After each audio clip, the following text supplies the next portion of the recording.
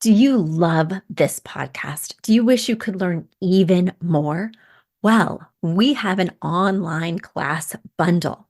Our online class bundle is comprised of 3 online classes: beautifying your home for less, styling your home, and the fundamentals of feng shui.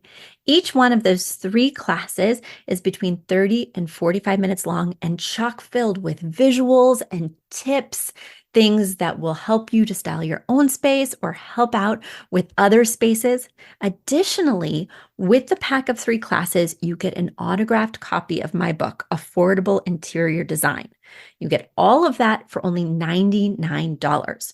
Once again, that's the 3 online classes as well as the book for only $99. You just go to affordableinteriordesign.com/classes. Once again, affordableinteriordesign.com/classes to buy your bundle today. And if one of those classes sounded intriguing, but maybe you already have my book or some of the other topics are not of interest, you can buy the classes individually at that site as well. Each class is $40. So head over to affordableinteriordesign.com/classes to get your bundle or your online class today.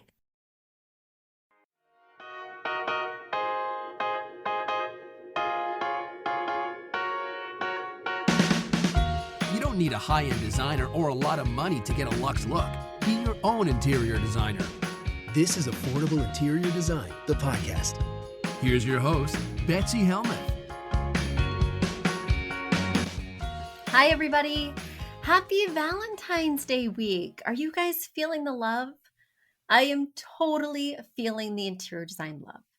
Lately, I have been working on a lot of projects. I have, the client upcoming in Los Angeles, but I'm designing an amazing new build in Texas. We're designing it from the ground up, so we get to make every choice from where the outlets will go to where the walls will go, which is super inspiring to say, you know what, I wish this living room had like another foot so we could get an 84-inch table rather than a 72 inside this open concept space. And so instantly we just move the wall. I mean, that is liberating. Also, I'm designing a space right here in Hartsdale, not too far from where I am in Westchester. So I've been really busy. And the other night, I'm snuggling down under the electric blanket with my super cold ice water, my computer. The Olympics is on in the background. And I was designing this place in Hartsdale. And I was stuck. I'm generally stuck on one of 2 things. These are the things that always catch me up: the rug or the artwork. And the reason I get stuck is not because of budget. You can find amazing pieces of art and amazing rugs at all different price points these days. It's not the selection, because there's thousands upon thousands of options. In fact, sometimes it's paralyzing because there's just so much to choose from. But it's mostly because those are the 2 most controversial elements for clients. When you show them a piece of art, when you show them a patterned rug, they either love it or hate it. So I'm anticipating as I'm designing for them, I'm like worrying, what's their reaction going to be? If I show them this rug, what are they going to think? And I don't usually have a backup for rugs or art. And the reason is because one of them is typically my inspiration piece, the piece from which I'm deriving the color palette for the entire room. So it's very hard to find 2 rugs that are the same size, 2 pieces of art that are the same size, that share the same color palette, that go with my 2-word phrase, that match the budget, that align with the client's needs in terms of types of fabrics or color of frame. There's just so many limitations, on top of it being the driver for every color in the room. So it just feels like the biggest leap, where if they tell me, Betsy, I hate that piece of art above the mantle, or Betsy, I'm just not digging that 10 by 14 rug that is pulling the entire room together. Well, it's like yanking that piece from my presentation basically makes other things crumble, from the pillows to the ceramic lamp base color to the armchairs, right? Because I want to make them a pop of fun color or an unexpected print that has to perfectly align with this inspiration piece, no pressure. Last night, I was sitting there watching Shaun White on the Olympics and sweating it. I mean, not as much as him, but sweating it in my own way. And then I said to myself, whenever I'm sweating it, whenever I'm kind of reaching this sticking point, I usually try and get up, move around, take a 5-minute break, stop looking at the computer, reframe, right? Refocus. Uh, Usually I find that things are marinating or percolating in the back of my mind. So if I just stop pushing so hard, if I just take the pressure off for a minute, by the time I'm done getting my refill of water, by the time I'm done grabbing some ice cream, let's be clear, by the time I'm done tucking my kids in and I go back to the project, I have new ideas. I have some inspiration, even if I've only been away 5 minutes. And certainly it's even better and even more inspiring if I've been away, like, say, I just go to sleep and wake up the next day and tackle it. That's when the real good stuff comes. But I got up to get water to like relieve some pressure.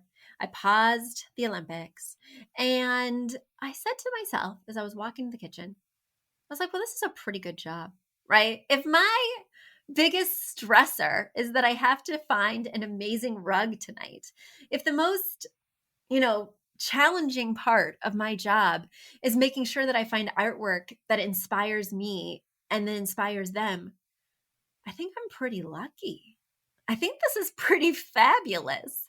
I think I can totally come back and be inspired or at least have fun. Because even if I do spend an extra 30 minutes, which I don't want to do, looking at even more rugs, it's still pretty fun. And I really love what I do. So just feeling all Valentine's-y. And of course, it's nice to have a partner on Valentine's Day, which I do, a very loving, considerate guy.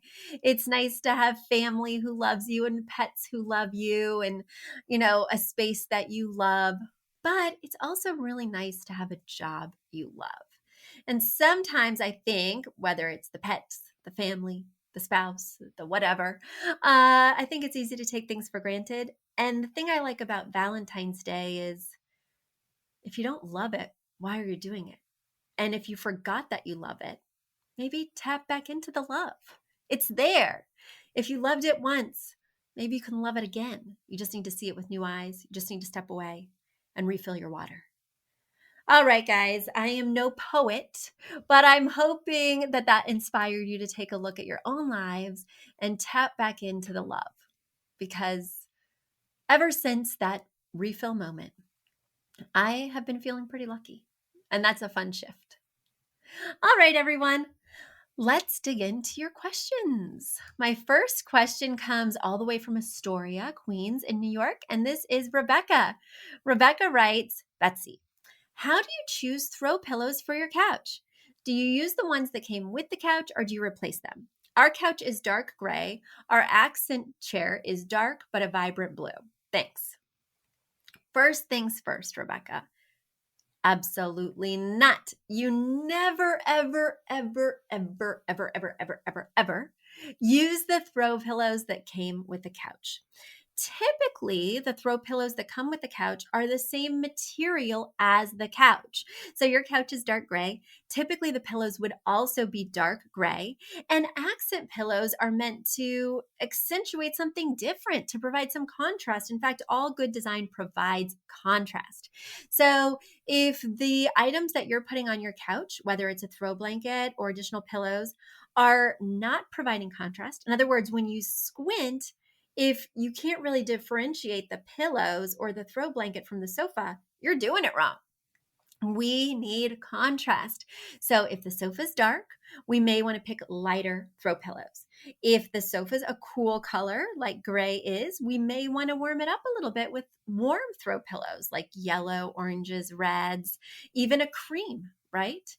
And of course, we could think about doing true colors, Roy G. Biv colors, right? Not just neutrals. In fact, that's what I tend to go for with throw pillows.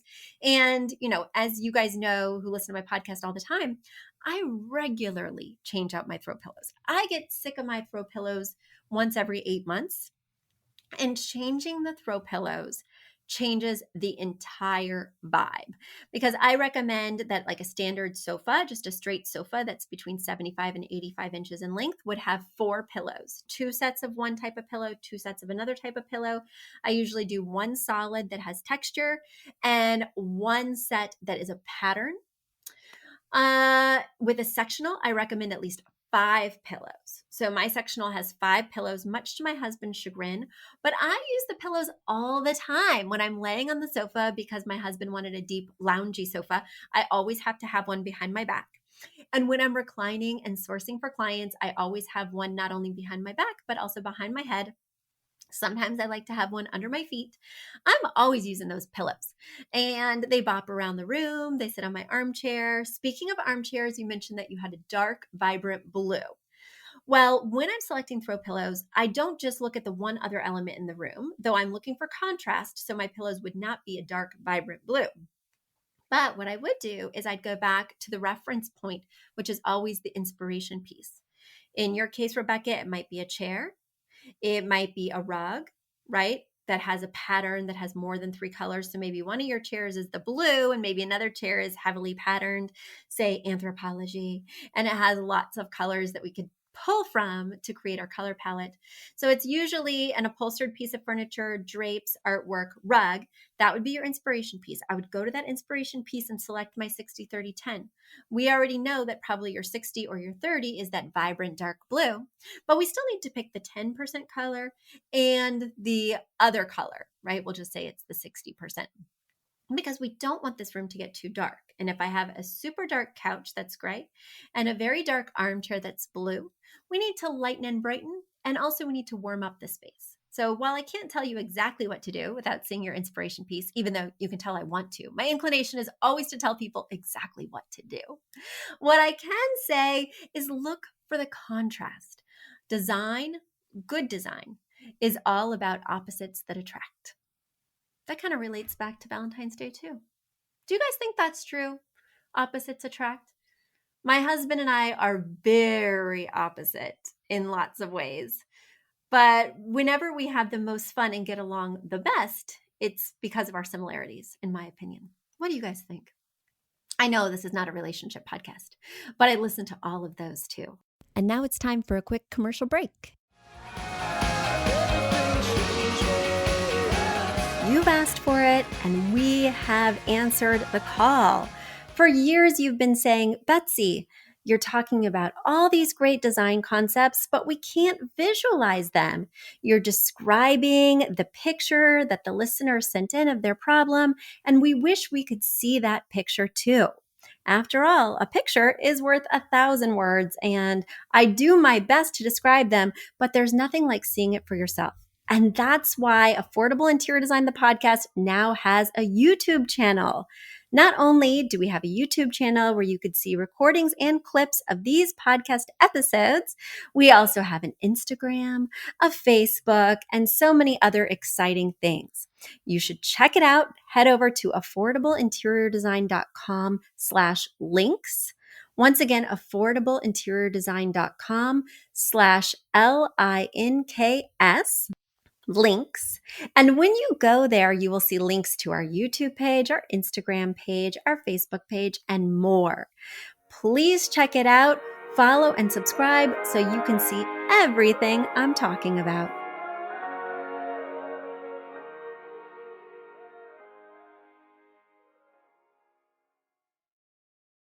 Let's go to our next note, which comes from Charlie. And Charlie writes from Indianapolis. Hi, Betsy. I'm going to keep it quick. I'm a huge fan of your show.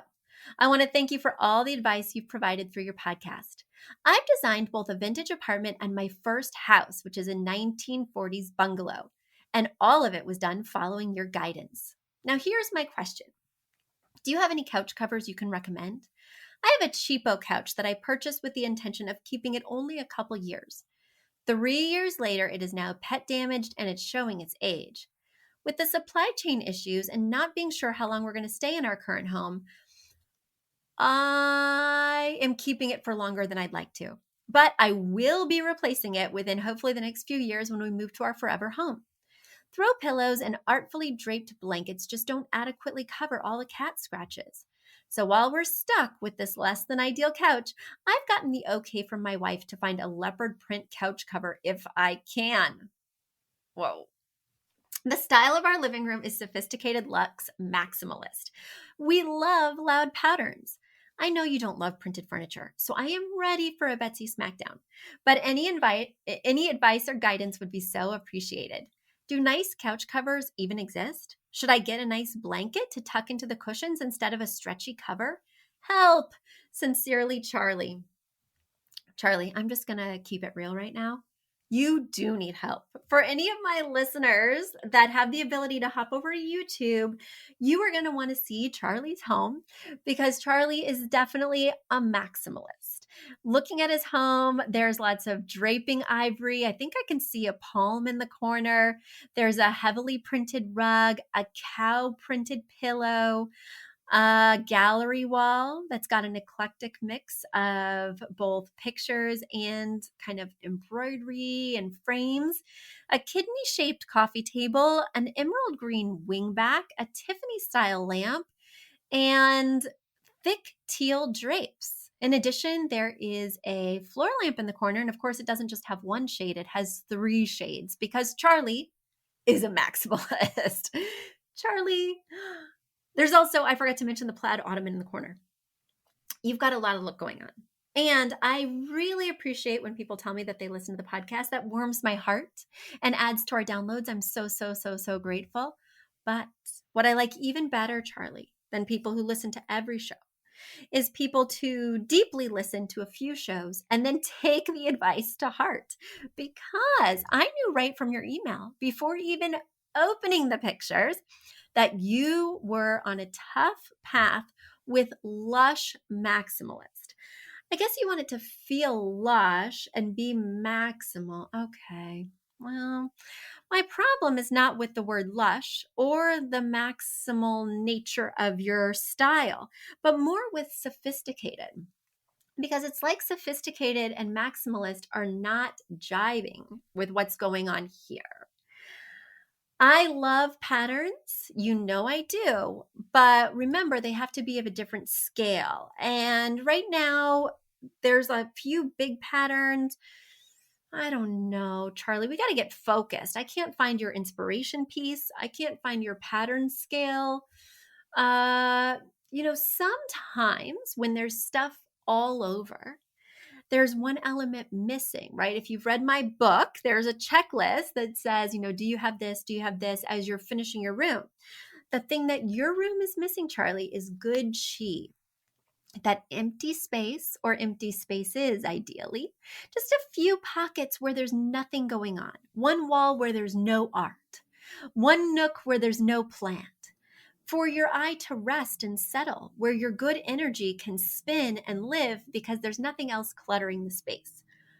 I think, like Chanel said, right? You put on your jewelry and then you take off 1 or 2 pieces. Obviously, you can tell I'm not a Chanel devotee, right? Style is not my forte in terms of clothing, but I think we need to critically look at this room and remove a few pieces because it's a little overwhelming. That being said, I totally get it. I'm also in limbo, Charlie. I'm not yet in my forever home, but I don't want to invest in my current home because I know we're moving and those items may not fit. That being said, a standard sofa almost always fits in every home. So if you're looking to buy a new piece, just make sure that the sofa is between 75 inches long and 85 inches long. And whether you move to a home with a small living room or a home with a larger living room that you can just augment with chairs, it will almost certainly work. If you know that the next space you're moving to is going to be a home with a large living room, if you already have a sense based on your sort of punch list or deal breakers, then you could even skew for like an 85 to 95 inch sofa. And if you did want it to have a chaise, just make sure that the chaise is reversible, and that gives you a lot of flexibility. Because to answer your question, there is absolutely no such thing on the market right now as a good slip cover for your sofa. And I can certainly tell you that there is no such thing as a good slip cover that's in a leopard print for your sofa. The leopard print with the cow print, Charlie, is going to push me over the edge. It just is. Unless your next move is like to an exotic animal farmhouse. And then maybe we can talk, right? Charlie exotic. Is that the next move? But I do think that maybe strategically tucking a blanket could be a good idea. The problem with strategically tucking a blanket, and the problem with slip covers as well, is that they get schlumpy frumpy. So when the dog or cat jumps on the sofa, when you sit on the sofa, it's going to look ill-fitting and you're going to have to fix it every time. And perhaps it's going to look even worse than the cat scratches right now. So I would suggest maybe just investing in that sofa that meets the size requirements. And then you can try a pheromone spray. Have you tried that yet, Charlie? Pheromone sprays you can easily buy on Amazon or any pet store. They're supposed to deter pets from scratching or from being attracted to that furniture. I sprayed it on all my furniture, and my cat's pretty well behaved. So that's good because she's actually very naughty in other ways. She's a biter. She's a biter. But try the spray, but just make sure that you try it on the underneath first, a spot where you can't see, so you can make sure that it doesn't harm the fabric before you spray the entire piece. But there's a few suggestions for you, Charlie, and a few guardrails as you're considering your next move with the most important piece in your room, the sofa. Next question. Just plowing through them today. My next question comes from Renee. Renee is writing in from Atlanta and she says, Betsy, what should I keep in mind when picking paint colors for a windowless basement office? Basements get creepy.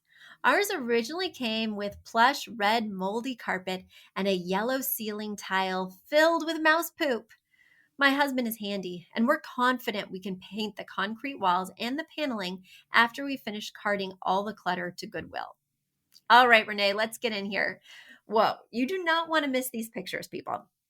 So yes, it is a fully wood paneled basement room. Well, I should correct that because now I've looked a little more closely and it's not fully wood paneled. Wood paneled. It looks like on the left and right sides, it's cinder blocks.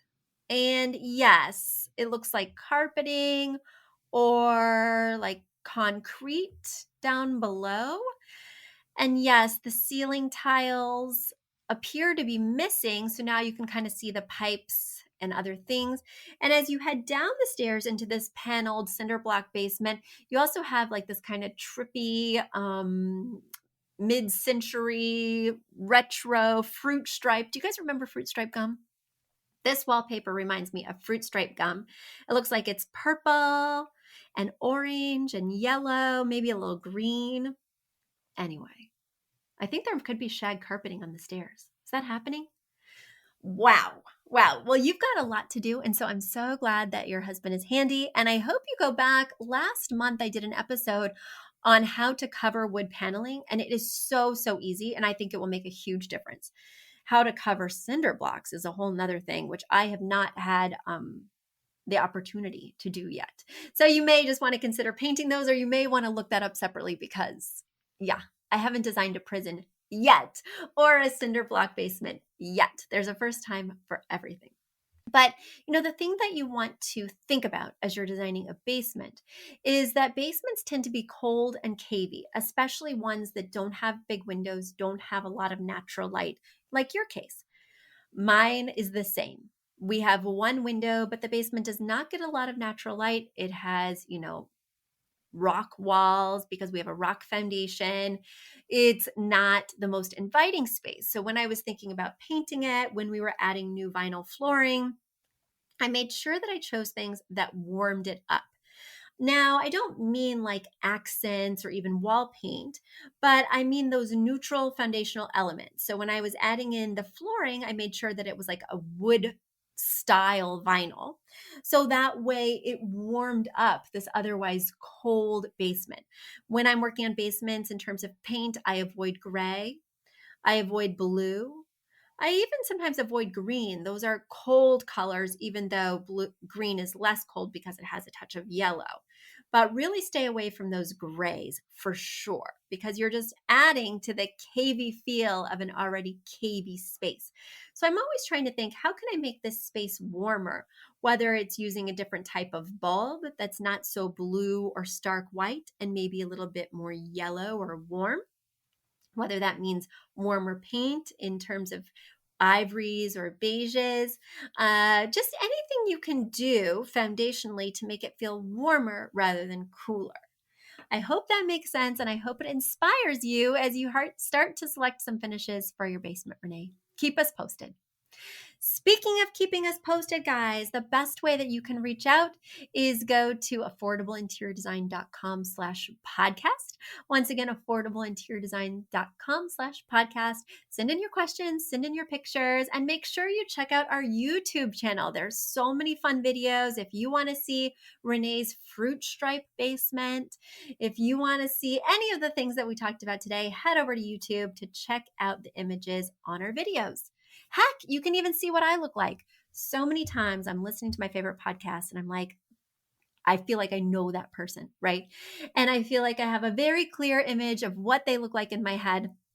I head over to their YouTube channel. I go check out their website. I go to write a review and I see a picture. I'm like, oh my gosh, you are not at all what I thought.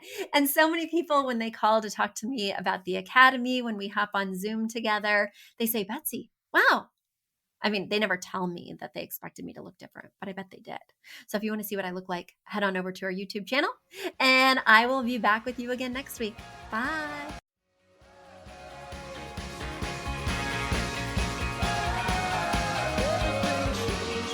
Are you a fan of this podcast? Do you wish there was even more juicy content for you to sink your ears into? Well, there is. You can become a premium member of this podcast for $5.99 a month and get full access to an archive of over 50 bonus episodes. Additionally, we release a bonus episode every single month. That's a ton of extra content, including my personal interior design diaries, extra tips, my talking about trends, and so much more. Additionally, you'll be keeping us on the airwaves each and every week because your premium membership money goes directly back to making this podcast amazing. Check us out at affordableinteriordesign.com. Click on podcast to learn more and to become a premium member today.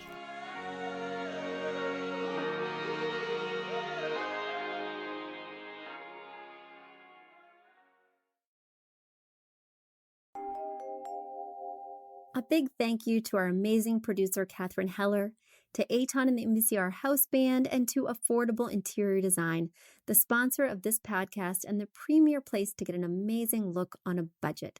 Check out affordableinteriordesign.com. If you guys love the show, the very best way to support us is by spreading the word. Tell your friends or write us an awesome review on iTunes. So until next week, guys, thanks so much for joining us, and I'll talk to you soon. Bye.